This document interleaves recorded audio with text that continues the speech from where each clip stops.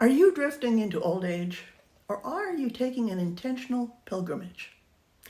I woke up this morning both surprised and dismayed to find I was a day older than yesterday. This happens every single day. How does it come about anyway? How do we get to this place, to what we call the golden years? Is it a process of drifting, of going with the wind, following whatever path we find ourselves on? Or is it an intentional pilgrimage that moves us slowly towards a shrine of celebration? As we chew over these questions, you may be surprised to find that you actually have some choices about how you will continue on this path to your old age. Don't miss out on the possibilities and surprises on your journey. No matter whether you consider yourself a drifter or a pilgrim, I promise you, unless you are hit by a bus, you will have the joy of waking up a day older than you were yesterday, and you don't want to miss what's ahead. So ask yourself, are you a drifter? Or are you more of a pilgrim on this aging journey? These and other questions will be explored in this first episode of the Reflective Pen Podcast, your guide to aging for the fun of it. I am your host, Artis Mayo, author and soul care advocate, and I bring you over 75 years of simple wisdom through reflection and storytelling, because life can get complicated. Welcome to the Reflective Pen Podcast, an audio version of thereflectivepen.com, your place to turn with deeper questions that come with aging. This episode includes an audio version from a recently published article entitled Drifter or Pilgrim. You will find the link in the show notes. Oh, and one other special surprise today. I have a service dog, Dekker, who loves to share his wisdom. Be sure you stick around to the end when Dekker shares his canine wisdom to help people in his life see things from a dog's point of view. Today, he replies to Annie, who asks if wisdom is a matter of intelligence or age. What do you think? Be sure to stick around to the end to hear his reply. Now on to episode number 1, Drifter or Pilgrim. Most of my life, I have been a drifter, but not in the sense of a pilgrim who walks El Camino. My drifting has been both an inner wandering, which has led me through a number of religious, cultural, and creative landscapes, and an external drifting from one job, house, location to another. Some wanderings have been difficult, while others have left me in awe with their beauty. And as I ponder the difference between floating with the breeze and going on a pilgrimage, there appears to be a balance between responding to external circumstances as needed and an internal intention to keep walking towards an unknown. Now, when I was young, I had a dream to acquire an education, get married, raise a family in a house with a picket fence and a dog. My purpose was to do what I thought was expected of me and to be successful, whatever that meant. To say I was unaware was an understatement. I believed I was following my purpose until I woke up one day and knew I was looking at my white picket fence for the last time. My perfect life had fallen apart, and I had my first big lesson in beginning again. I was too young to understand that life would be a constant journey of beginning and falling and beginning again I call it eternal toddling. Now, as I look around, I have yet to meet someone who doesn't fit this model. I drifted to a little country town with an intention to raise my 2 sons and live close to the earth. We drank milk from Molly, our goat, ate the eggs from our chickens, and harvested a lot of tomatoes and corn from the garden. And I started back to school for the 3rd time. And this time, instead of studying science or music, I chose business. I can't tell you why. I only took 2 courses, and I never felt called to business. But strange paths can appear on a pilgrimage. Or was I drifting again? Closer to the latter, I believe, for I hadn't yet learned to listen to my inner guide. I went left, I went right, I backed up and tried again and again. And I was stumbling along with no long-term plan, living day to day, survival mode, more like an acorn buried in winter snows and tossed around by blowing winds. And then my health tanked, and I found myself in a 2-room apartment that could accommodate a wheelchair. I thought I was pretty close to the end of my journey. Except doors kept opening. Curiosity beckoned, and I went through them. When a much older man said he wanted to marry me, I knew my journey wasn't over.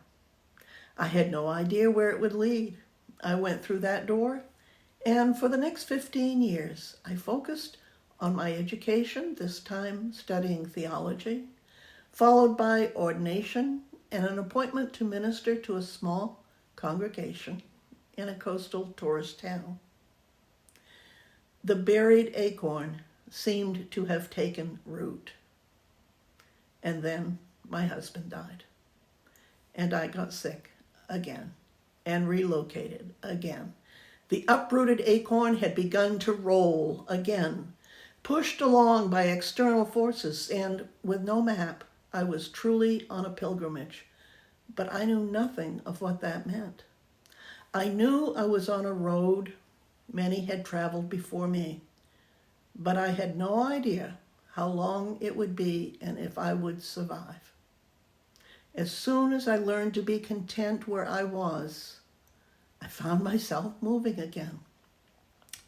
This time I relocated to my hometown, although I no longer had a house, a white picket fence, or a job. My dog Charlie, a long-legged chocolate lab, had gone to live with his new family, and I returned to an old inherited mobile home at the end of the road in a humble trailer park, alone, to begin again, with no idea where my next step would lead.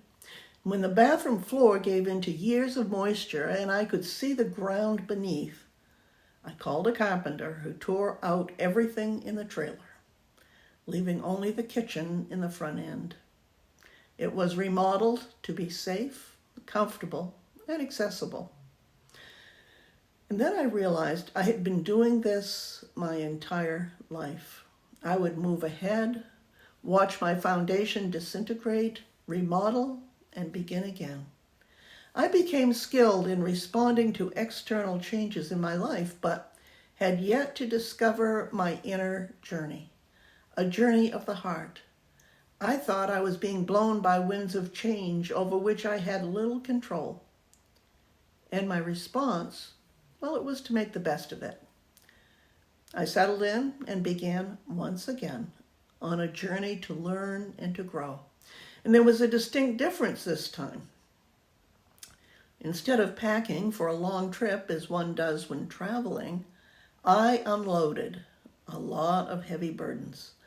I became almost monkish in lifestyle and thrived spiritually in solitude and silence. And I was more intent on my inner growth than I had been in my whole life. Previously, my concern was for food and shelter and myself and those I loved. Now I was alone and facing another unknown door. So I began with an online spiritual director and focused on matters much deeper than I had before. And I found myself in conversation with someone who was to become my third partner in life, a woman from the other side of the country. Eventually, she moved east, and we set up housekeeping together. No white picket fence, no children underfoot, no floors rotting away beneath us, and definitely not trying to meet anyone else's agenda. Now, I was in my late 60s by then. Having surrendered my expectations and ambitions, I decided to listen, really listen. And I could see that my life has always been one long pilgrimage. With time, space, and resources I never had before, I began to write my way along this new path. And my journey continues. It has been nearly 10 years in a landscape that is totally foreign to anything in my past. And yet, at the same time, I know I am home. I also know that this pilgrimage, it isn't over. Looking out the window of my life, I see that ultimately I will head home to a little cemetery called Oak Grove, which holds the remains of loved ones from my past. But for today, this little acorn has paused on fertile ground. My primary goals are no longer quantifiable. They are to listen, to smell the flowers, to see and respond to others with compassion, to taste the sweetness of life each day, to release my burdens each night, and to forgive. My pilgrimage is not over, but until that day comes, may I walk it with the confidence I have gained by beginning again, and again, and again.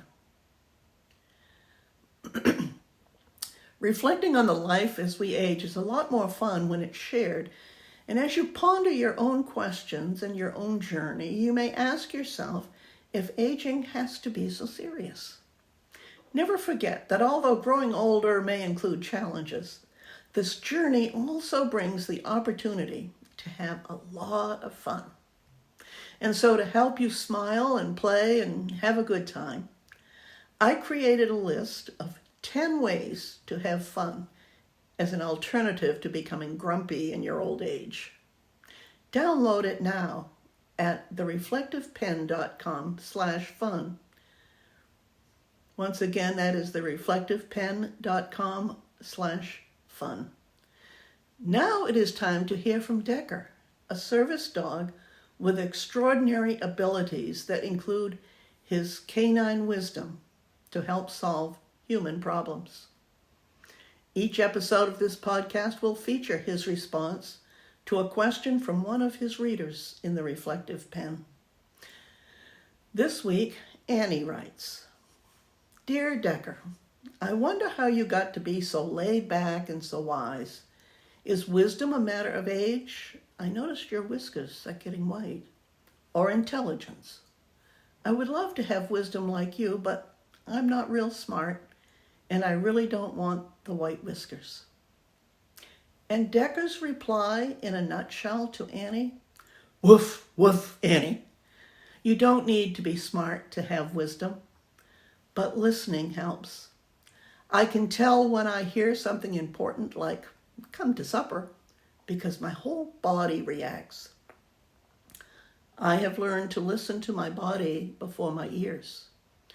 Now, when it comes to the whiskers, though, I don't have much advice.